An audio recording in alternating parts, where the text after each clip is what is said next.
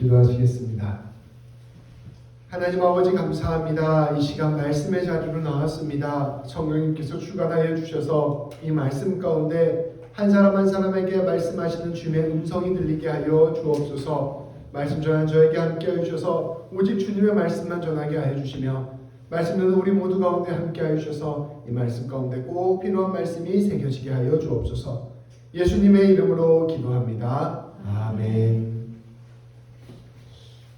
오늘은 십계명 세 번째 계명입니다. 벌써 세 번째 3분의 1이 다다랐습니다. 우리 계속해서 십계명 말씀을 나누고 있는데요. 우리가 지난주에 말씀드렸다시피 한 주에 하나씩 외우자고 이렇게 하였습니다. 그래서 이제 세 번째니까 이제 세 번째까지는 외우셔야 됩니다. 이제 점점 부담이 쌓여가니까 5개 이상 넘어가게 되면 이제 못 외우게 되거든요. 그래서 오늘 꼭 한번 보시면서 외워보시기 바랍니다. 자, 우리 같이 한번 읽어볼까요?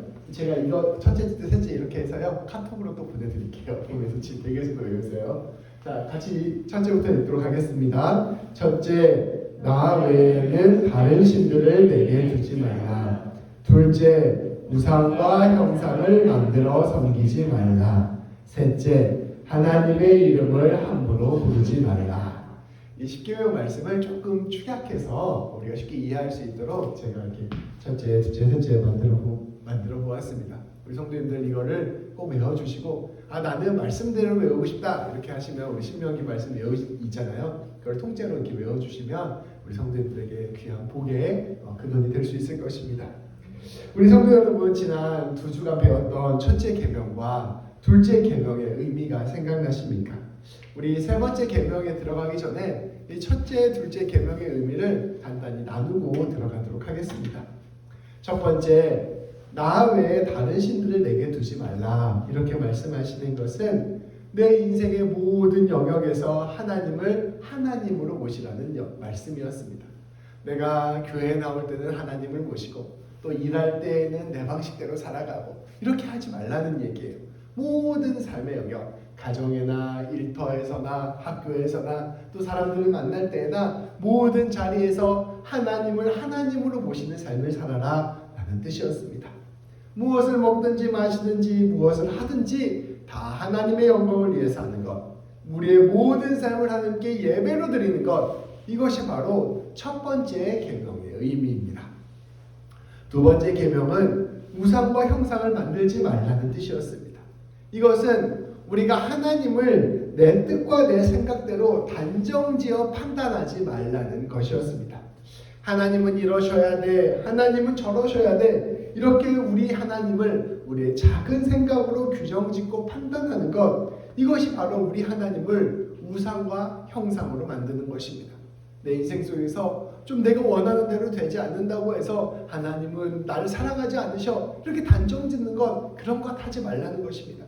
내 인생에서 막 일이 잘 되고 있다고 해서 하나님은 무조건 내 편이셔, 내가 하는 일이 다 옳아, 이렇게 단정짓지 말라는 것입니다. 늘 주님 앞에서 겸손함으로 하나님의 음성에 귀 기울이는 것, 이것이 바로 우리 주님께서 말씀하신 두 번째 계명의 의미입니다.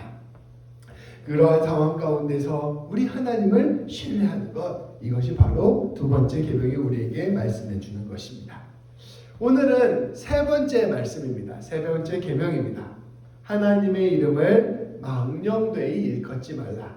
오늘 말씀은 하나님의 이름을 함부로 부르지 말라는 뜻입니다. 하나님의 이름을 망령되이 부르지 말라, 이 말은 쉽게 번역하면 하나님의 이름을 함부로 부르지 말아라 라는 뜻입니다.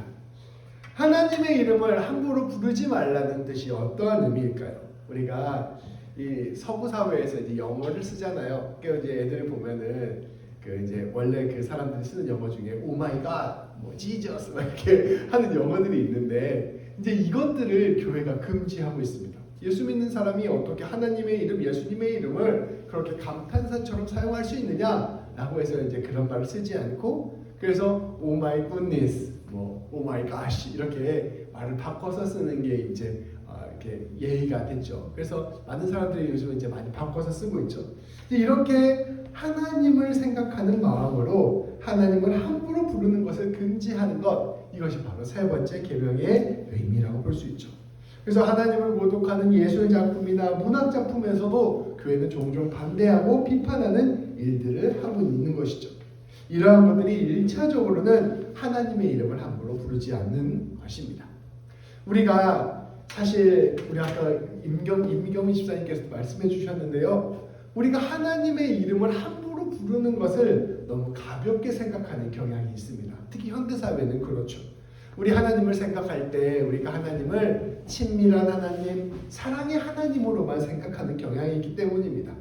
그런데 우리가 우리 하나님이 친밀한 하나님, 사랑의 하나님, 우리의 친구와 같은 하나님이시기도 하지만 동시에 우리 하나님은 온 천지를 창조하시는 하나님, 온 천지를 주관하시는 하나님, 우리의 왕 되신 하나님이시라는 사실을 우리는 동시에 꼭 기억해야 합니다. 성경에서 하나님을 직접 만난 사람들의 특징이 있습니다. 모두 너무 두려워서 고개를 들지 못하였다라고 성경은 표현하고 있습니다. 우리 하나님이 우리가 그렇게 가볍게 말할 수 있는 분이 아니라는 것을 그대로 보여주는 것이죠. 그래서 하나님이 이제 하나님의 사람을 만나면 처음 하시는 말씀이 뭐라고 말씀하시냐면 두려워하지 말라라고 이야기하십니다. 하나님 만나면 다 두려워서 얼굴을 들지 못할 정도로 벌벌 떨게 된다는 것이죠. 우리 사도행전 말씀을 지금 나누고 있는데요. 이 사도 바울도 기세등등하게 예수님 믿는 사람들 잡아 죽이겠다라고 하고 올라가다가 부활하신 예수님 직접 만나니까 얼굴도 못 들었습니다. 완전히 반짝 엎드려서 그 하는 예수님에게 압도당하는 모습을 보여줍니다. 우리 하나님은 이처럼 장엄하고도 큰 하나님, 우리가 하나님 앞에 선다면 경외할 수밖에 없고 두려울 수밖에 없는 그러한 하나님입니다. 우리는 친밀한 하나님을 알고 있는 동시에 이 하나님, 두려운 하나님에 대한 감각을 회복해야만 합니다. 우리가 하나님에 대해서 너무 쉽게 말하고 그 이름을 쉽게 부르고 있다면 우리는 너무 하나님을 가볍게 생각하는 것입니다. 그것은 어쩌면 하나님을 모르는 것입니다. 오늘은 우리 말씀을 전할 때 이런 맥락 안에서 하나님의 이름을 함부로 부르지 말라는 것이 구체적으로 어떤 의미인지를 살펴보고자 합니다. 이것을 크게 세 가지로 함께 나누어 보겠습니다. 첫 번째로 하나님의 이름을 두려워하면서 하나님의 이름을 함부로 부르지 말라는 뜻은 하나님의 이름을 네가 부르고 살아간다면 하나님의 이름을 부르는 사람답게 살라는 뜻입니다. 우리 성도 여러분 다 하나님을 부르시잖아요. 하나님을 부르신다면 네가 하나님 부르는 사람처럼 살아가라라는 말씀인 것이죠. 우리는 하나님의 이름을 부르는 사람입니다. 하나님의 이름을 부른다는 것은 하나님 앞에 서서 산다는 것을 의미합니다. 우리가 대통령을 불러놓고 그 앞에서 함부로 하는 사람이 있겠습니까?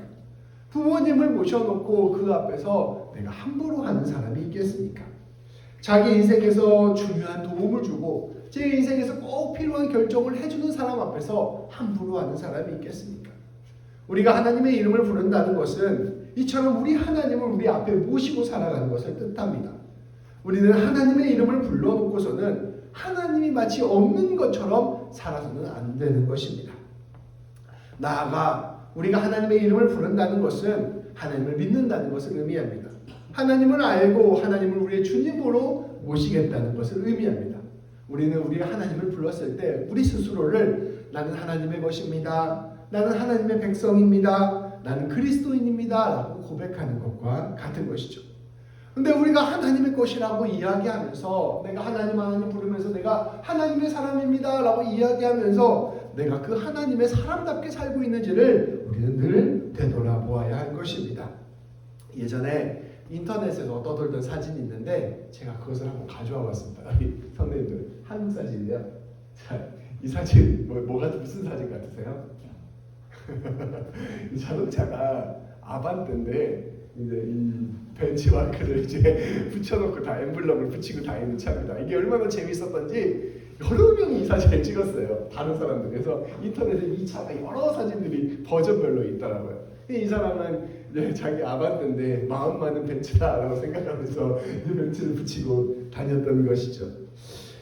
자동차가 벤츠가 아닌데 엠블럼만 벤츠로 붙이고 다니면 사람들이 어떻게 생각합니까? 사실 이게 방금 우리 성도님께서 보셨던 것처럼 비웃고 조롱을 하게 되어 있습니다.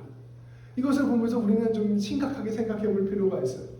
우리가 하나님의 백성답게 살지 않는데, 우리가 하나님의 백성과 같은 모습이 아닌데, 우리가 하나님의 백성이라고 하나님의 이름을 붙이고 다니면 세상 사람들에게 조롱을 당하는 것입니다. 이 아만 때와 같은 모습이 우리의 모습이 아닌지를 우리는 되돌아보아야 한다는 것이죠. 그런데 우리가 정직하게 우리 자신을 되돌아보면 우리 모두가 사실은 이러한 현실이라는 것을 알고 있습니다.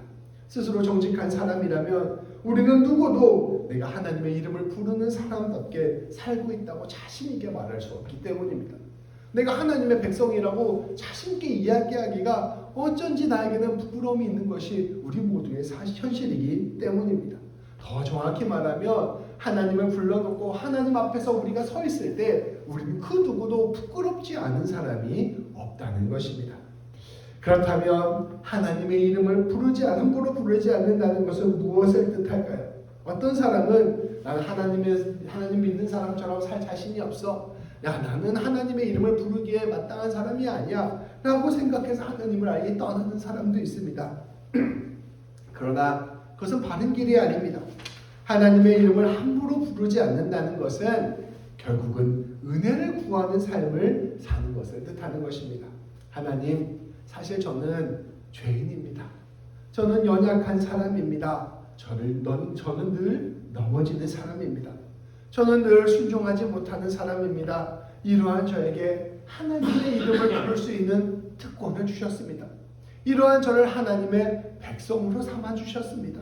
하나님의 자녀가 되는 은혜를 주셨습니다. 우리가 이러한 것에 합당한 삶을 살 수 있도록 은혜를 부어 주옵소서. 용기를 주시고 믿음을 주시고 사랑을 주옵소서. 이렇게 늘 은혜를 구하며 겸손히 간구하는 삶을 살아가는 것, 이것이 바로 하나님의 이름을 함부로 부르지 않는 것입니다. 죄송합니다. 내가 하나님의 이름을 부르게 되었다는 것에 그 놀라운 가치를 깊이 깨닫고 그 하나님의 이름을 부르는 것에 합당한 삶을 살기 위해서 늘 주님의 은혜를 구하는 것, 이것이 바로 하나님의 이름을 함부로 구하지 않는 것입니다. 이러한 간구를 드리는 사람은 하나님께서 은혜로 날마다 빚어가실 것입니다. 비록 처음에는 하나님의 이름과 나 사이의 차이가 너무나 커서 이 하나님의 이름이 부끄러울 따름이지만 시간이 지나고 하나님이 우리를 만져주실수록 우리의 모습이 그 이름에 합당하게 변해가는 것, 이것이 바로 우리 주님께서 우리에게 허락하신 은혜인 것입니다. 두 번째로 하나님의 이름을 함부로 부르지 말라는 것의 의미는 하나님의 이름을 내 욕심을 위해서 사용하지 말라는 것입니다. 이것은 조금 더 나쁜 사람들 이야기입니다. 하나님의 이름에 합당하지 못하게 살아간다, 이런 차원이 아니라 아예 하나님의 이름을 자기 욕심과 자기의 죄에 사용하는 사람들에 관한 문제인 것이죠. 사실 이것도 깊이 헤아려보면 우리 안에도 이러한 모습이 다 있음을 볼 수 있습니다. 사람이 자기 욕심을 위해서, 자기 자랑을 위해서, 자기 합리화를 위해서 하나님의 이름을 갖다가 이용한 예는 인류 역사상 너무나도 많아서 예를 들자면 밤을 샐 수도 있을 정도입니다. 제가 한 사진을 또 준비했는데요. 이게 뭔지 아세요, 성도님? 가운데 보면 이게 독일 나치 마크잖아요. 그리고 이 주변에 뭐라고 써 있냐면 독일 말로 Gott mit uns 이렇게 써 있어요. 이게 무슨 뜻이냐면 영어로 God with us라는 뜻입니다. 이게 이제 컵이 있는데 혁대 벨트예요. 제가 이런 벨트 있잖아요. 벨트 버클이에요. 모든 독일 분들이 이걸 차고 다녔습니다. 하나님이 우리와 함께 하신다 라는 그 마크를 달고 온 세계에 다니면서 학살을 하고 다닌 게 독일군이었습니다. 독일군들은 그렇게 자기들이 죄악된 일들을 저지르고 유태인들을 학살하고 다니고 있었으면서도 이것이 하나님이 자신들에게 부여해 준 소명이라고 생각하고 믿었습니다. 하나님이 자기 편이라는 굳건한 믿음이 있고 하나님의 이름을 이용하는 것입니다. 그러니까 이것이 얼마나 하나님을 함부로 사용했는가를 보여주는 대표적인 예라고 볼 수 있죠. 또 다른 사람 하나를 보여주겠습니다. 이 사람이 푸틴이죠. 오른쪽에 키릴 대주교입니다. 러시아 대주교의 정교회 대주교인데 이 사람이 우크라이나 전쟁이 일어났을 때 우크라이나 전쟁을 축복하면서 이 전쟁을 거룩한 전쟁이라고 선언하였습니다. 이것은 구세주 하나님께서 우리 편에 서 있는 전쟁이고 적 그리스도를 물리치는 전쟁이다라고 편에 서서 러시아를 옹호하고 푸틴을 옹호하는 이야기를 했다가 전 세계 그리스도인들에게 비판을 받고 있습니다. 하나님의 이름으로 전쟁과 침략을 정당화하고 나아가 전쟁을 지지하는 일까지 한 것입니다.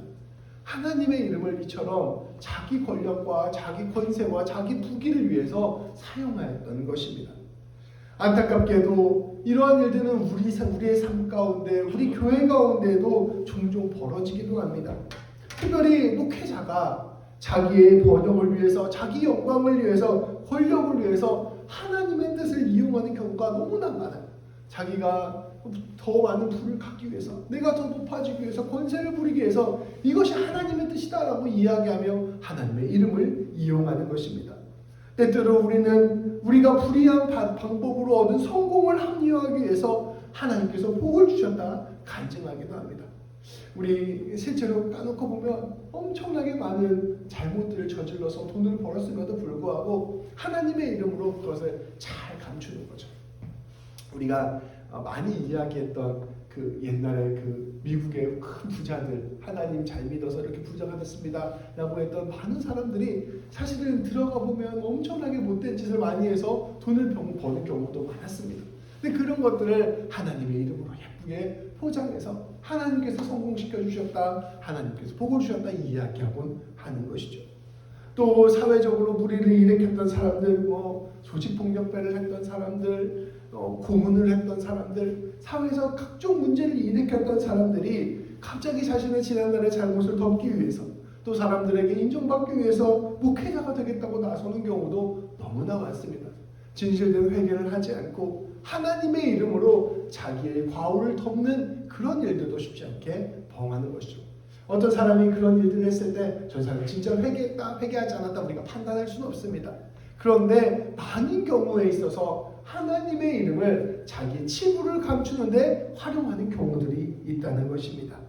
이 어떠한 경우에든 이것은 하나님의 이름을 이용하여 자기를 높이고 하나님의 이름을 이용하여 자기 영광을 구하는 행위입니다. 우리도 이러한 죄를 범하지 않는지를 깊이 살펴야 할 것입니다. 나도 모르게 내 뜻을 하나님의 뜻으로 포장하고 있지 않는가? 나도 모르게 나를 위하여 하나님의 이름을 사용하지 않는가? 심지어 내 죄를 합리화하기 위하여 하나님을 이용하진 않는가? 늘 되돌아보아야 할 것입니다. 사람은 자신의 가장 어두운 부분을 가장 밝은 포장지로 덮으려고 하는 본능이 있습니다. 우리의 가장 죄악된 모습들을 하나님의 이름으로 포장하는 것입니다. 하나님의 이름을 함부로 부르지 않는 것, 우리는 이것이 바로 하나님의 이름을 함부로 부르는 것이라는 사실을 기억하고 이것을 늘 경계하고 조심해야 합니다. 세 번째로 하나님의 이름을 함부로 부르지 말라는 것의 의미는 하나님께서 가르쳐 주신 대로 하나님의 이름을 부르라는 뜻입니다. 이것은 가장 적극적인 차원의 실천입니다. 우리는 하나님의 이름을 함부로 부르지 않는 차원을 넘어서서 하나님의 이름을 하나님께서 원하시는 대로 불러야 합니다. 우리 하나님께서는 원래 이름이 없으십니다. 우리 하나님께서 모세가 하나님을 만났을 때 모세가 하나님께 당신은 누구십니까? 라고 물어보자 하나님께서 모세에게 이렇게 자기를 소개하십니다. 나는 스스로 있는 자다. 근데 이게 번역이 우리말로는 조금 이렇게 풀어서 번역을 한 거고요. 영어로 번역하면 조금 더 와닿을 수 있어요. I am who I am이에요. 그래서 이제 아주 간단하게 직역을 하면 나는 나다 이런 뜻이에요. 나한테 이름 붙이려고 하지 마. 나는 나야. 나는 원래부터 있는 사람이야. 원래부터 있는 존재야. 라고 자기를 소개하시는 것입니다. 이름은 먼저 있었던 사람이 나중에 온 사람에게 붙여주는 것입니다. 부모나 먼저 있는 가족들이 이 새로 태어난 아이의 이름을 붙여주잖아요. 군대에서도 가면 원래 있었던 병장들이나 선임병들이 새로운 신병들의 별명을 붙여줍니다. 먼저 있는 사람이 나중에 온 사람에게 이름을 붙여주는 것입니다. 본질적으로 하나님에겐 이름이 없습니다. 오직 하나님이 우리에게 이름을 붙여주실 수 있는 것입니다. 우리가 하나님이라고 부르는 여호와, 엘, 그다음에 하나님을 하늘이라고도 표현하기도 하는데요. 이것들은 전부 다 임의로 붙인 이름이거나 문화적인 이름입니다. 이 하나님에 대해서 정확하게 부르는 호칭은 사실은 없는 게 맞는 말이죠. 그런데 우리 이런 하나님께서 이 땅 가운데 당신의 이름을 선물로 주셨습니다. 하나님께서 하나님을 명확하게 부를 수 있는 이름을 하나 선물로 주신 것입니다. 그것은 다름 아닌 사람의 몸을 입고 이 땅에 오신 하나님, 그리하여 이름을 부를 수 있는 하나님이 우리 가운데 오신 예수님입니다. 우리는 예수님의 이름이 우리가 온전하게 바로 부를 수 있는 하나님의 이름인 것이죠. 하나님의 이름은 하나님이 너무 광대하셔서 차마 이름을 부를 수 없는 분이신데 그 하나님께서 사람의 몸을 입고 오셔서 이 땅 가운데 우리 가운데 함께 하심으로 말미암아 우리가 부를 수 있는 이름을 허락하여 주신 것입니다. 예수님은 우리가 하나님과 함께 만날 수 있는, 하나님을 직접 만날 수 있는 직접적인 통로가 되어주셨습니다. 사도행전 3장 말씀에 보면 베드로와 요한의 기적 이야기가 나옵니다. 이들은 기도하기 위하여 성전에 올라가다가 나면서부터 앉지 못한 사람을 만났습니다. 이 사람이 베드로와 요한에게 한 끼 먹을 밥을 위하여 구걸을 하였습니다. 그때 베드로가 놀라운 선포를 합니다. 우리 함께 읽어볼까요? 은과 금은 내게 없고, 베드로가 이르되 은과 금은 내게 없거니와 내게 있는 이것을 내게 주노니 나사렛 예수의 이름으로 일어나 걸으라 하고 아멘. 하나님께 예수님께서 당신의 이름을 우리에게 선물로 주신 것입니다. 그리고 그 이름으로 우리에게 놀라운 이적들을 할 수 있는 능력을 허락하여 주신 것입니다. 베드로는 예수님의 이름으로 그에게 일어나 걸으라고 선포하였습니다. 그러자 이 사람은 걷게 되었고 하나님을 찬양하게 되었습니다. 이 사건은 하나님의 이름을 바르게 사용한다는 것이 무엇인지를 우리에게 보여주십니다. 예수님께서는 요한복음 14장 14절에서 이렇게 말씀하십니다. 내 이름으로 무엇이든지 내게 구하면 내게 행하리라. 우리 그리스도인들은 자기 욕심을 위해 하나님의 이름을 사용하는 사람이 아닙니다. 오히려 우리는 하나님의 뜻을 위하여 예수 그리스도의 이름을 증언하고 다니는 사람입니다.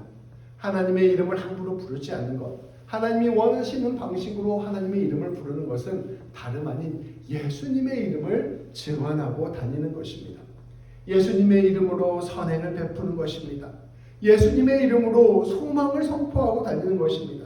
예수님의 이름으로 용서하고 예수님의 이름으로 사랑하며 예수님의 이름으로 평화를 외치는 것입니다. 예수님의 이름으로 귀신을 쫓아내고 예수님의 이름으로 불의를 대적하는 것입니다.